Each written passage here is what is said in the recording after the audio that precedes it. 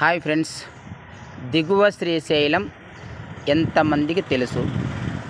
దిగువ శ్రీశైలం ఎక్కడ ఉంది అనేది ఒకసారి మీకు క్లారిటీగా చెప్తాను, వినండి.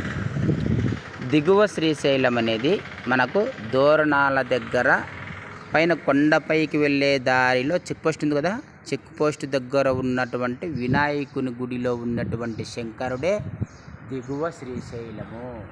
చూడండి, దిగువ శ్రీశైలము ఆది గణపతి. ఇది దిగువ శ్రీశైలము. లోపలికి వెళ్తే శ్రీశైలం శంకరుడు శివుడు. చూడండి ఒకసారి నీట్గా. ఫస్ట్ ఆఫ్ ఆల్ ఇక్కడ నందీశ్వరుడు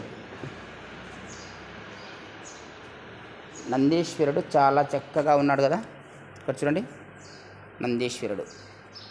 నందీశ్వరునికి కరెక్ట్గా దగ్గరలో శివుడు శంకరుడు.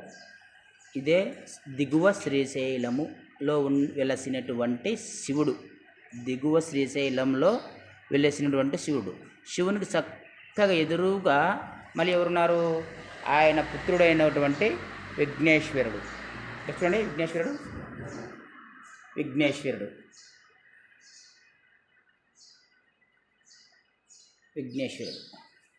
ఆ విఘ్నేశ్వరునికి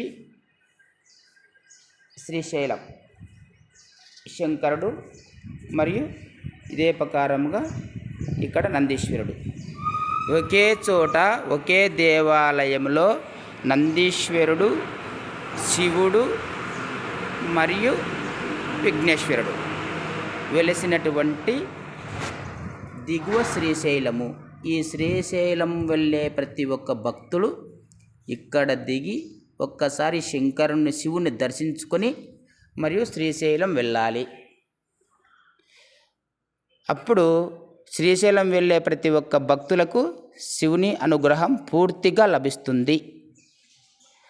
తప్పక శ్రీశైలం వెళ్ళే ప్రతి ఒక్క భక్తుడు ఈ దిగువ శ్రీశైలం కాడ ఒక్క క్షణం దిగి శంకరుని శివుణ్ణి దర్శించుకొని మీరు ప్రయాణం మొదలు పెడితే సుఖంగా శ్రీశైలం చేరుకుంటారు.